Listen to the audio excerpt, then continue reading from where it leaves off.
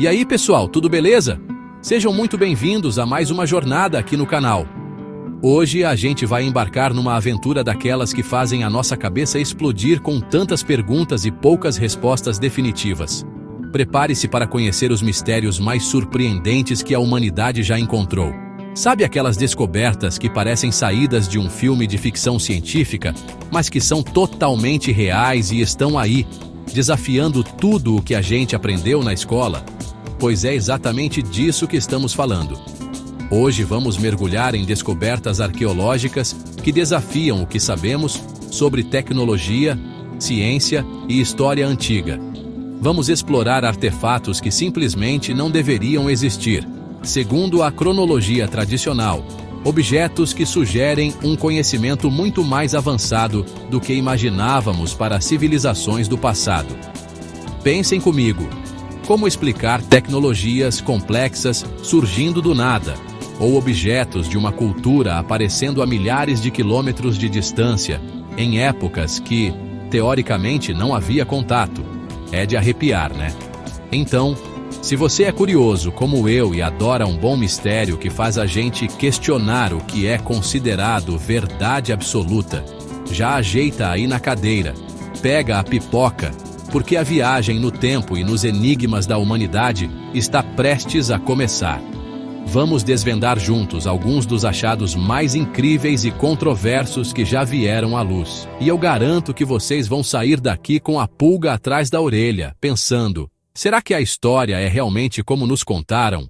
Bora lá! Para começar nossa jornada, vamos falar de uma parada que, sério, parece coisa de outro mundo, mas é bem real: o mecanismo de Antikythera. Imaginem só, pessoal, um dispositivo que ficou escondido, adormecido nas profundezas do mar Egeu por mais de 2 milênios. Isso mesmo, 2.000 anos. Ele foi encontrado lá no comecinho do século XX, mais precisamente em 1901, por mergulhadores que buscavam esponjas marinhas perto da ilha grega de Antikythera. No meio dos destroços de um antigo navio romano naufragado, eles acharam um bloco de bronze e madeira, todo corroído pela ação do tempo e do mar. No início, ninguém deu muita bola. Parecia só mais um pedaço de metal enferrujado, talvez parte de uma estátua, ou algum instrumento náutico comum da época. Mas, conforme os pesquisadores, liderados pelo arqueólogo Valerius Stais, começaram a limpar e a estudar esse treco com mais atenção, eles perceberam algo extraordinário. Dentro daquela massa corroída havia engrenagens. Muitas engrenagens, de tamanhos diferentes, com dentes minúsculos e precisos. Era algo que simplesmente não se encaixava no que se sabia sobre a tecnologia da Grécia Antiga, por volta de 87 a.C., que é a data estimada do naufrágio. A complexidade do mecanismo de Antikythera era, e ainda é, de cair o queixo. Estamos falando de dezenas de engrenagens interligadas, feitas de bronze, com uma precisão que só seria vista novamente muitos séculos depois, lá pelo século XIV, nos primeiros relógios mecânicos da Europa. Por décadas, o artefato permaneceu um enigma. Só com o avanço da tecnologia, como raios-x nos anos 70 e, mais recentemente, tomografia computadorizada de alta resolução e imageamento por transformação polinomial, é que os cientistas conseguiram desvendar seus segredos mais profundos, revelando inscrições e detalhes internos que antes eram invisíveis.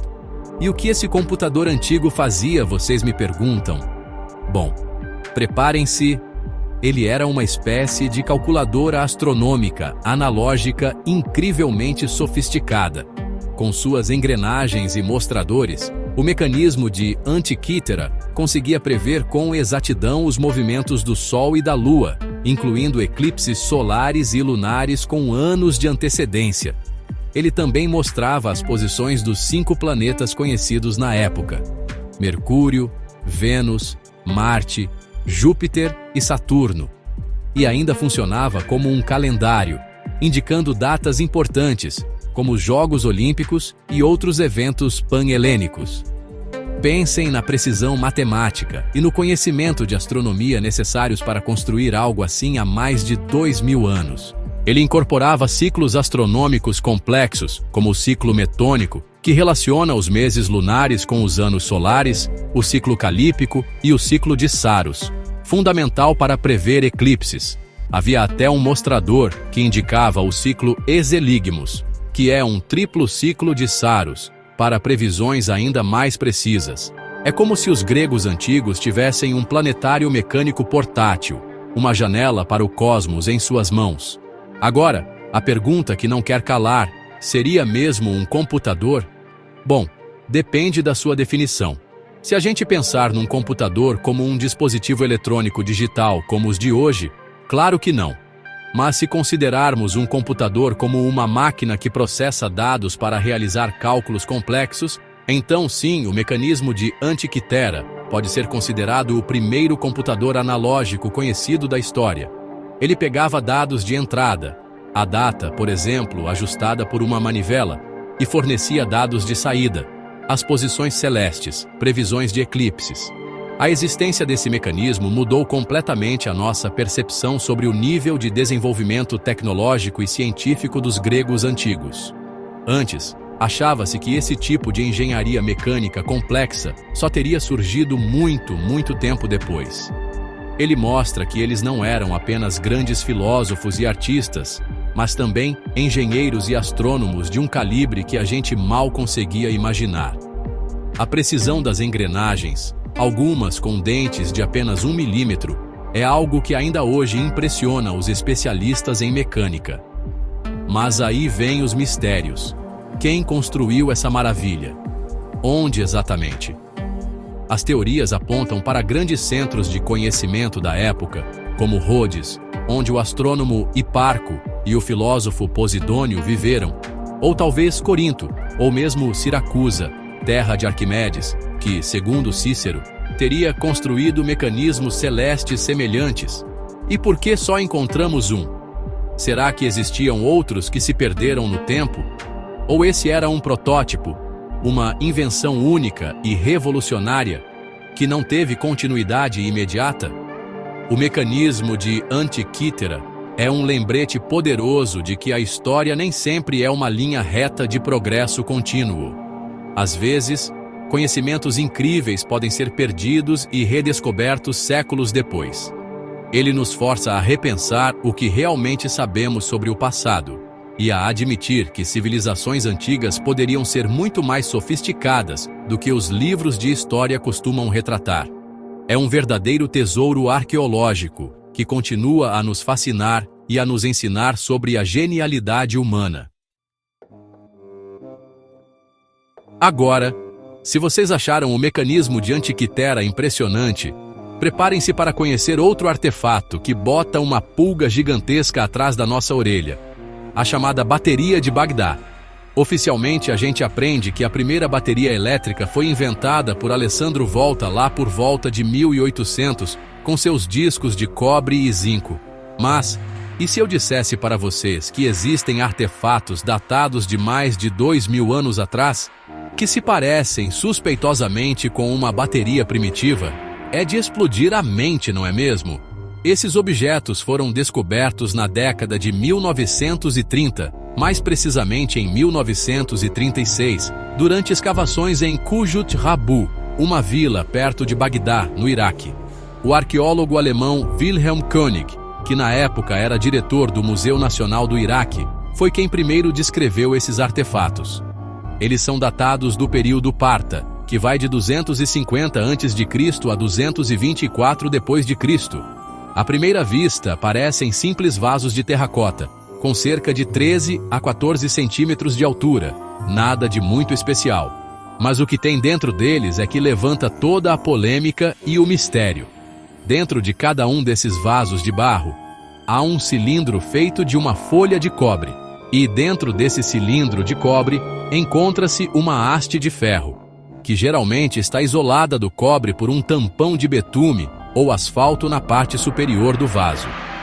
Ou seja, temos um recipiente, o vaso de terracota, um eletrodo de cobre, o cilindro, e um eletrodo de ferro, a haste, com um isolante.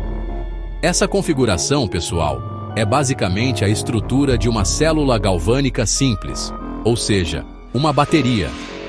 Só faltaria uma coisa: o eletrólito. Para que essa bateria funcionasse e gerasse uma corrente elétrica, seria necessário preencher o vaso com algum líquido ácido ou alcalino, que atuaria como eletrólito. Os pesquisadores especulam que substâncias comuns na época, como suco de uva fermentado, vinho, vinagre ou até mesmo suco de limão, poderiam ter sido usadas. Se você colocar um desses líquidos ali dentro, a diferença de potencial eletroquímico entre o cobre e o ferro geraria uma pequena voltagem elétrica. Experimentos com réplicas mostraram que é possível gerar entre 0,5 e 2 volts, dependendo do eletrólito. A grande questão, claro, é: se isso realmente era uma bateria, para que os partas a usariam? Essa é a parte onde as teorias começam a voar. Uma das hipóteses mais populares, e talvez a mais plausível se aceitarmos que era uma bateria, é a de que elas eram usadas para galvanoplastia, ou seja, para revestir objetos de prata com uma fina camada de ouro, ou cobre com prata. Existem alguns artefatos da época que parecem ter sido folheados dessa maneira, e a eletrodeposição seria um método eficiente. Outras teorias sugerem usos mais, digamos, esotéricos. Alguns acreditam que essas baterias poderiam ser usadas em rituais religiosos, talvez para criar uma sensação de formigamento ou um pequeno choque ao tocar em ídolos metálicos, o que seria interpretado como um sinal divino ou um poder mágico. Imaginem o impacto disso numa sociedade antiga. Há também quem sugira usos medicinais, como uma forma primitiva de eletroterapia para aliviar dores, algo que, de fato, foi explorado muito tempo depois com a redescoberta da eletricidade. No entanto, é preciso dizer que a comunidade arqueológica e científica é bastante cética em relação à ideia da bateria de Bagdá ser, de fato, uma bateria. Existem argumentos fortes contra essa interpretação. Primeiro, nunca foram encontrados fios, condutores ou qualquer outro equipamento que seria necessário para utilizar a eletricidade gerada. Além disso, não há menções em textos da época sobre eletricidade ou processos que a envolvessem. O contexto arqueológico também não é conclusivo. Elas foram encontradas junto com outros objetos, mas sem uma ligação clara com alguma prática específica. Uma explicação alternativa, considerada mais provável por muitos especialistas, é que esses vasos fossem usados para armazenar pergaminhos sagrados ou textos importantes. O cilindro de cobre e a haste de ferro poderiam servir para proteger os papiros ou pergaminhos da deterioração, e o betume selaria o recipiente. Alguns vasos semelhantes, com restos de papiro dentro, já foram encontrados em outras escavações na região, como em Seleucia, também no Iraque. Isso explicaria a forma do objeto sem recorrer à eletricidade. Ainda assim, a semelhança com uma célula voltaica é inegável e continua a alimentar o debate.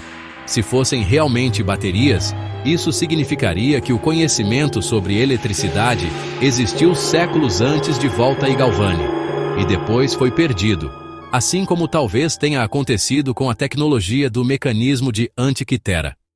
É uma ideia fascinante, que nos faz questionar se a história da ciência é tão linear quanto pensamos. Por enquanto, a bateria de Bagdá permanece um enigma intrigante. E C. Da arqueologia que desafia nossas certezas. E aí, galera, preparados para mais um mistério que bagunça o coreto da história? Agora a gente vai falar de uma coisinha pequena, mas que causou um rebuliço danado.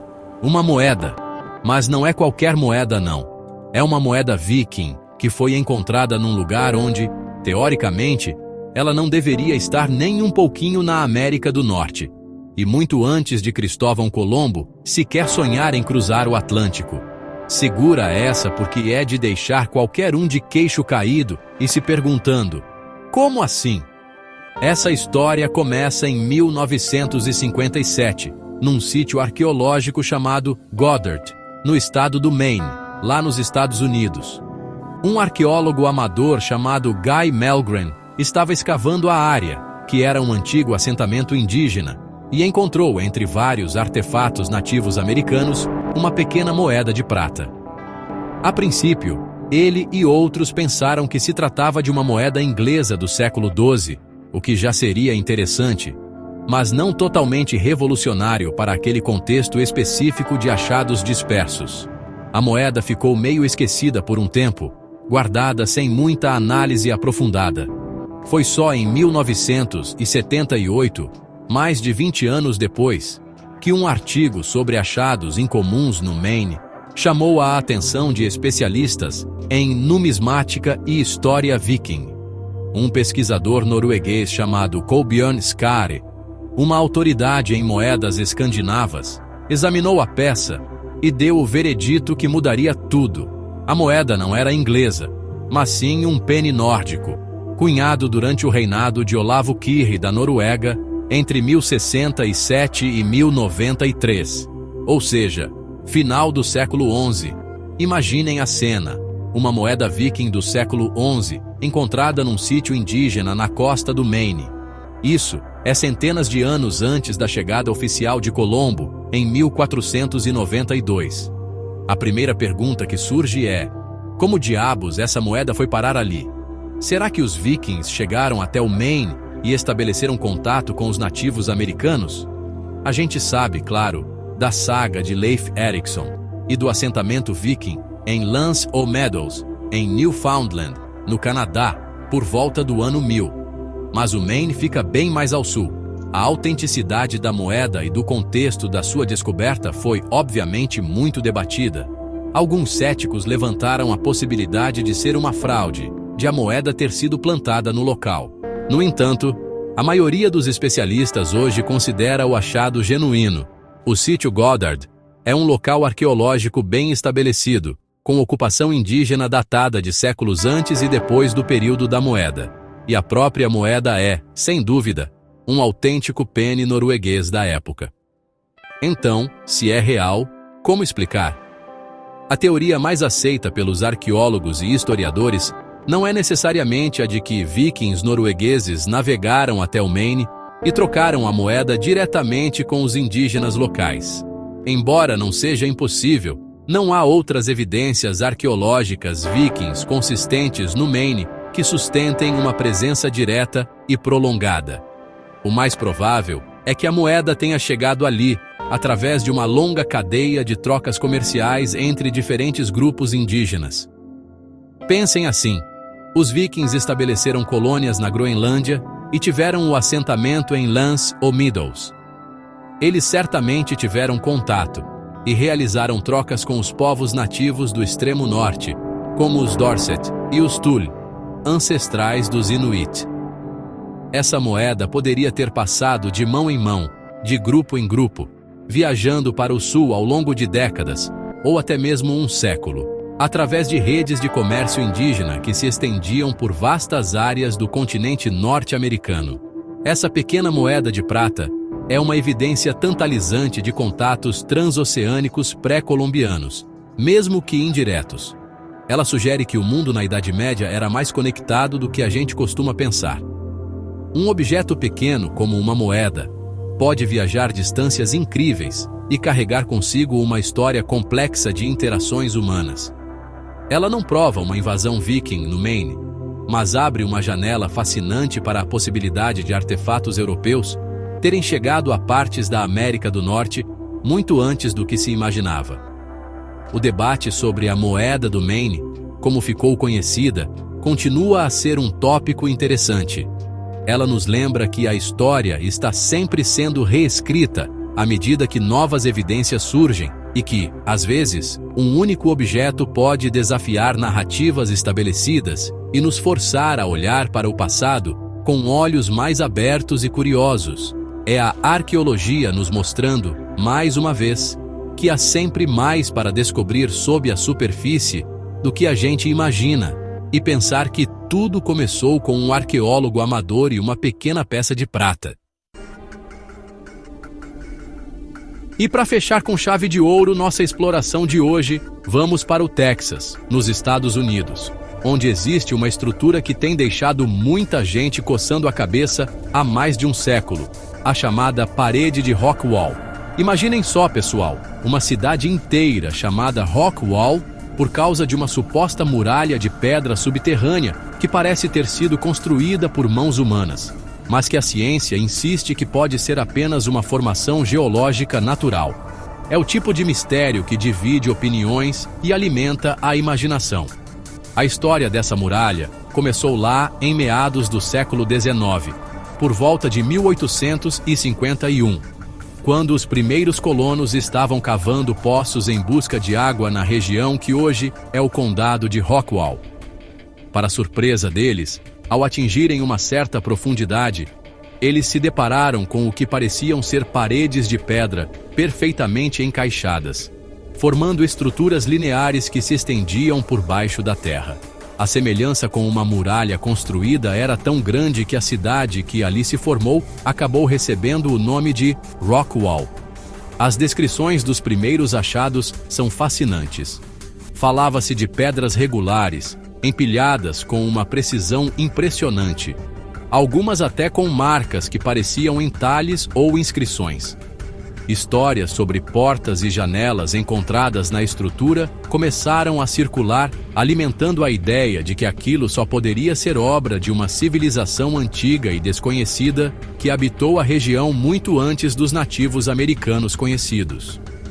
Quem teria construído uma muralha tão extensa e por quê? Seria uma fortaleza? Uma cidade perdida? Durante décadas, a parede de Rockwall foi alvo de especulações e escavações amadoras.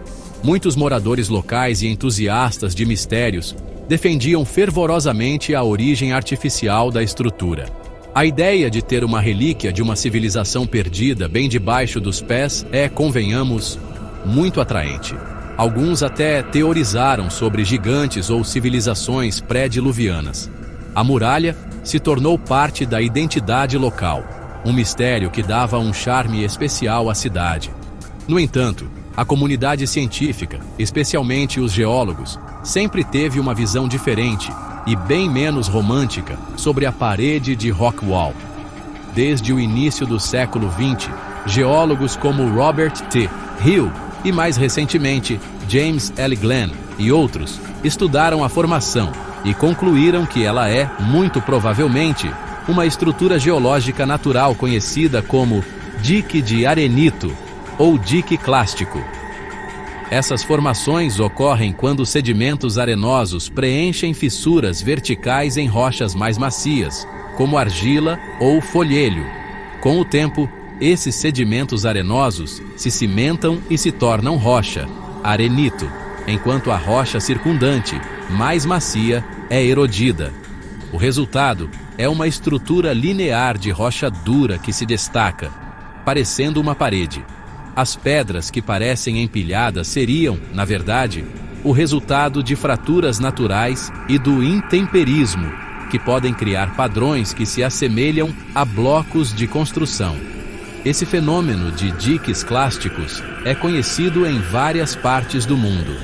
Os geólogos apontam para a falta de evidências arqueológicas que sustentem a teoria da construção humana. Não foram encontrados artefatos como ferramentas, cerâmica, ossos humanos ou qualquer outro vestígio de ocupação associados diretamente à construção da muralha. As supostas inscrições e entalhes, quando examinados de perto, geralmente se revelam como marcas naturais, como fósseis ou padrões de erosão. As portas e janelas podem ser explicadas por seções onde o dique é mais fino ou foi interrompido. Apesar das explicações científicas, o debate sobre a parede de Rockwall continua vivo, especialmente entre os moradores locais e os entusiastas de mistérios. A aparência da estrutura é tão convincente que é difícil para muitos aceitarem que seja apenas um capricho da natureza. É um exemplo clássico de como nosso cérebro é programado para encontrar padrões e ver intencionalidade, mesmo onde ela não existe. A natureza, às vezes, é uma artista muito talentosa em criar ilusões. A história da parede de Rockwall nos mostra o eterno embate entre o desejo humano por mistério e maravilha e a busca da ciência por explicações racionais e baseadas em evidências. É um lembrete de que nem toda estrutura impressionante é obra de mãos humanas, e que a geologia pode criar paisagens e formações verdadeiramente espetaculares e por vezes enganosas. Mas, convenhamos, a ideia de uma cidade perdida ainda mexe com a nossa imaginação, não é mesmo? E aí, pessoal? Que viagem incrível pelo mundo dos mistérios arqueológicos, hein? Do computador grego que previa o futuro dos astros, passando pela possível bateria de 2000 anos, a moeda viking que cruzou o oceano e a muralha texana que divide opiniões, vimos como o passado ainda guarda segredos que desafiam nossa compreensão e nos fazem questionar o que realmente sabemos sobre nossos ancestrais e a história do nosso planeta. É fascinante pensar em quantas outras descobertas como essas ainda podem estar escondidas, esperando para serem encontradas. Esses artefatos nos mostram que a história não é um livro fechado, mas sim um quebra-cabeça gigantesco, com muitas peças ainda faltando ou mal encaixadas.